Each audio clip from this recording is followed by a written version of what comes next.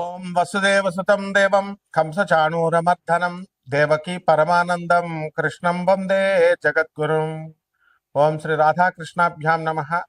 కృష్ణం వందే జగద్గురుం, అర్జునం వందే జగదేక వీరం.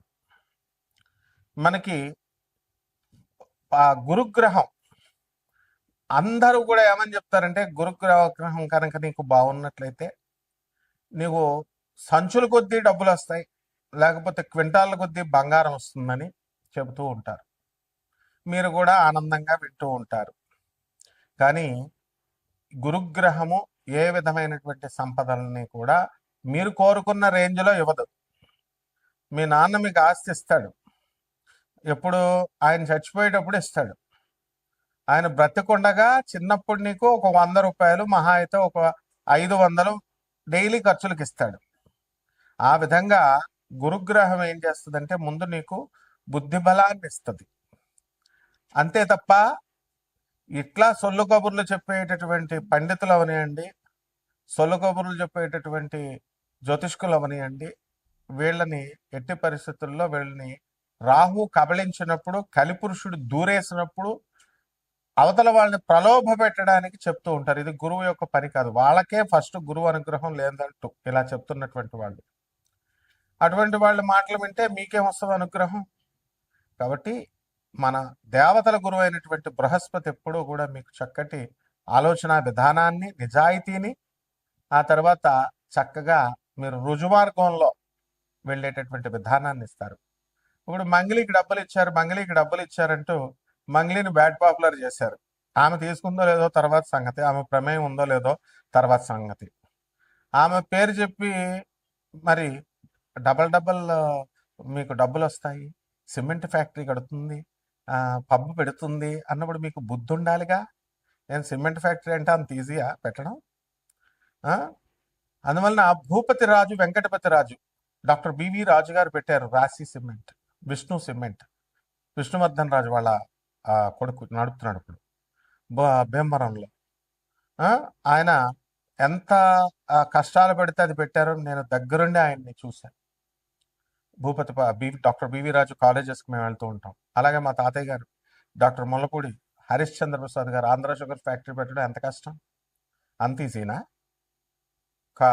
లైసెన్సులు రావడానికి ఢిల్లీ నుంచి కళ్ళంట నీళ్లు పెట్టుకొని, అరే నా బామ్మరిది బోళబుల్ రామే మాట విన్నాను, నేను విని అనవసరంగా ఈ ఇండస్ట్రీ రూట్లోకి దిగానేమో, నా పొలాలు నేను చూసుకోక అని ఆయన ఎంత ఇదయ్యారో మాకు తెలుసు. కాబట్టి మరి మీరంతా దురాశకి ఇస్తారు డబ్బులు. దీన్ని రాహు యొక్క ఎఫెక్ట్ అది. ఒక పనికి మాలిన జ్యోతిష్కుడు సంచుల కొద్దీ డబ్బులు వస్తాయి, సంచుల కట్ల కొద్దీ బంగారం వస్తుందంటే ఎలా నమ్ముతున్నారా మీరు? కష్టపడాలి, బాగా చదవాలి, మీ అమ్మ చెప్పిన మాట వినాలి. మీ నాన్న నేను పడ్డ కష్టాలు నువ్వు పడకూడదురా అని చెప్పేసి పాపం నేను బిజినెస్లో చిన్న చిన్న అబద్ధాలు, చిన్న చిన్న మోసాలు చేసి నేను కుటుంబ పోషణ చేయాల్సిన దుస్థితి. మా నాన్న మాట నేను వినకపోవడం వల్ల నాకు ఈ పరిస్థితి వచ్చింది. నువ్వు ఆ పరిస్థితి తెచ్చుకోక నాయన, చదువుకోరా బాబు అని చెప్తాడు. అంతేకాని నువ్వు వేసుకొచ్చాయి, బ్యాంకులు దోపిడీ చేసుకొచ్చాయి, ఈ దొంగిలించుకొచ్చాయి అని తండ్రి చెప్పాడు. కాబట్టి ఇదంతా కూడా ఆ గురువు పక్కన రాహుగాళ్ళు, ఇలాంటి వాళ్ళు ఉంటారన్నమాట. వాళ్ళే ఈ కపట జ్యోతిష్కులు, కపట గురువులు అన్నమాట. ఎవరైనా సరే స్వామి వివేకానంద అది ఫాలో అవుతారా? స్వామి వివేకానంద ఎప్పుడైనా ఇలా చెప్పాడా మీకు?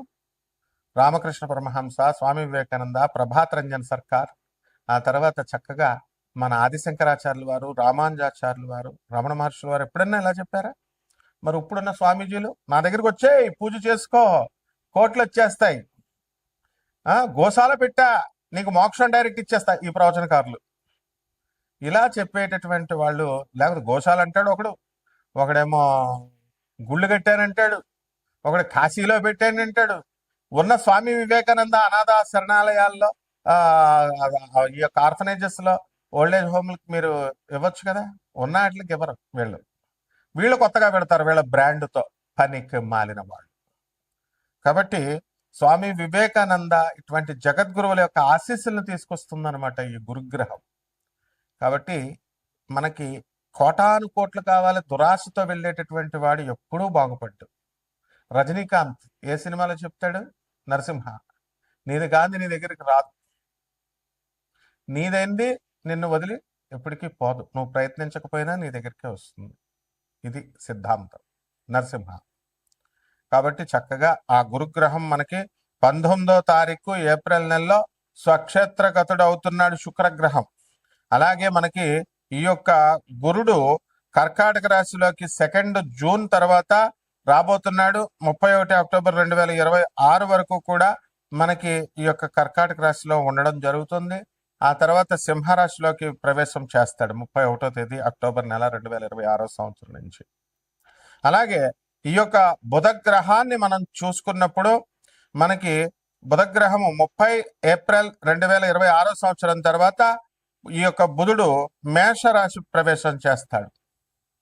అలాగే ఈ యొక్క కుజగ్రహాన్ని కనుక మనం చూసుకున్నప్పుడు మనకి కుజుడు చక్కగా మే 11వ తేదీ 5వ నెలలో మనకి కుజుడు మేషరాశిలోకి ప్రవేశిస్తాడు.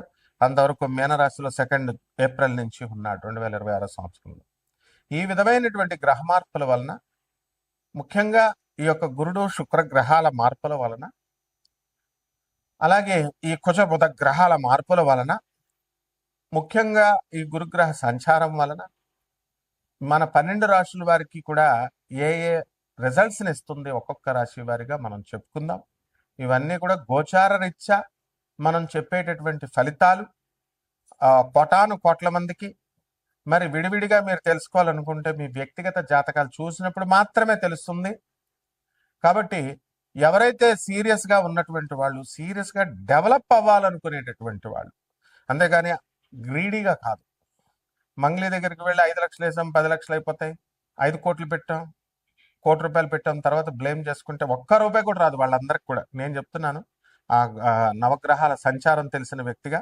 ఇప్పుడు కేసులు పెట్టారు, ఇవన్నీ చేసుకుంటున్నారు కదా, వాళ్ళు చూడండి ఆ కేసులో ఒక్క బాధితుడికి కూడా ఒక్క రూపాయి కూడా రాదు. విజయ్ మాల్వియా కొన్ని వేల కోట్లు ఎత్తుకుపోయాడు, వచ్చినాయా? సుబ్రహ్మరెడ్డి గారు వే ఆఫ్ జరిగింది, కొన్ని కోట్ల అప్పు అయిపోతే చక్కగా తీసి అవతల పడేశారు. ప్రభుత్వ విధానాలు అలా ఉంటాయి, బ్యాంకు విధానాలు. అదే పేదవాడికి చేస్తే ఇండ్ల మీదకి వస్తారు, పడతారు. సో లీగల్ సెల్స్ ఉంటాయి. 200 దేశాల్లో ఆశ్రమాలు ఉన్నటువంటి ఆనంద మార్గ ఆశ్రమానికి ఇంటర్నేషనల్ కోఆర్డినేటర్ నేను.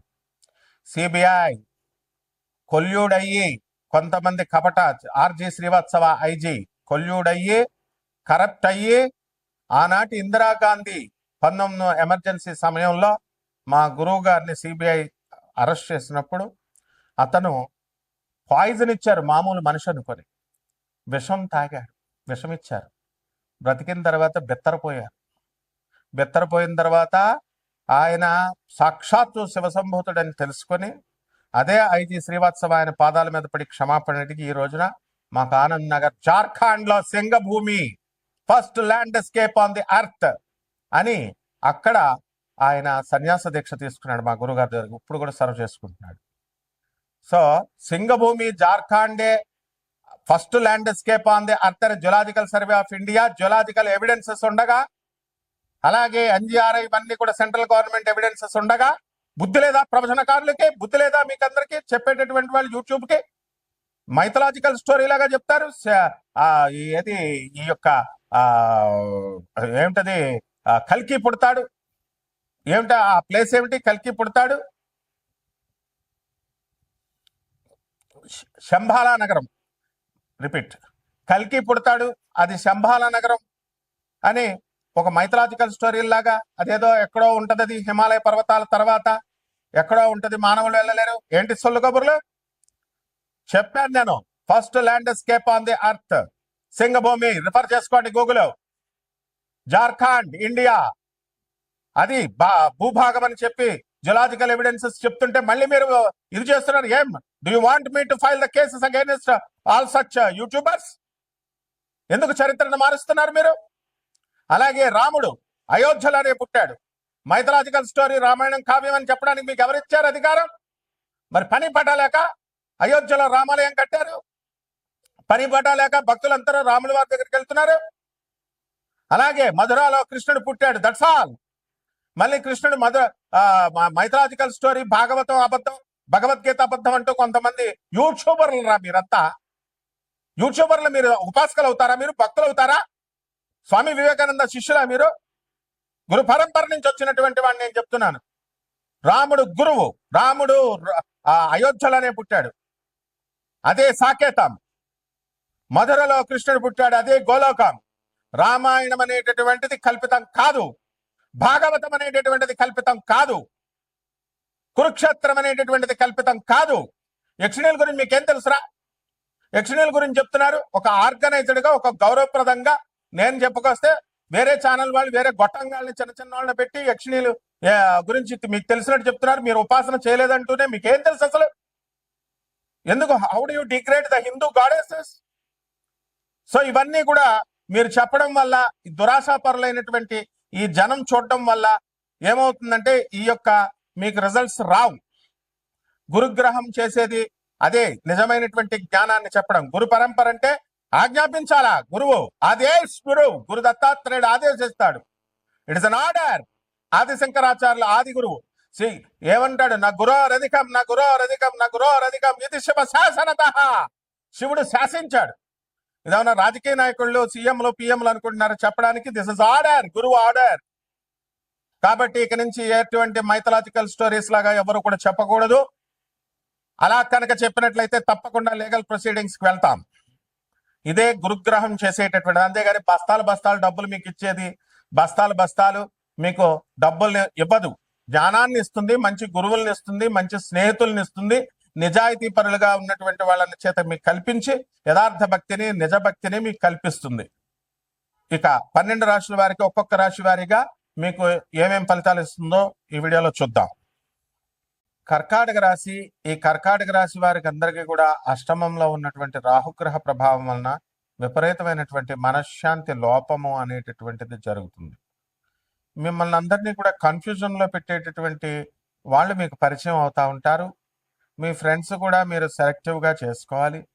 గురుగ్రహ ప్రభావం వల్ల, మార్పు వల్ల మీరు చక్కగా ఏం చేయాలండి అని అంటే మరి జాగ్రత్తగా మీరు మంచి వాళ్ళతో స్నేహం చేసుకోవాలి ప్రయత్నపూర్వకంగా.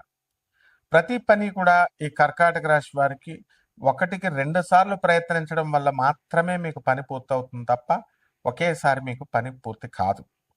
అదేవిధంగా ప్రభుత్వ ఉద్యోగాల్లో ఉన్నటువంటి వాళ్ళకి జీతభత్యాలు, టీఏలు, డిఏలు అన్నీ కూడా సమానమైనటువంటి సమయాల్లో, సరైనటువంటి సమయాల్లో మీకు రావడం అనేటటువంటిది జరుగుతుంది. అదేవిధంగా ఈ రాశి వారికి అందరికీ కూడా వివాహాలు కానటువంటి వాళ్ళు ఉన్నారు. అటువంటి వాళ్ళు వివాహ ప్రయత్నాలు చేస్తున్నారు.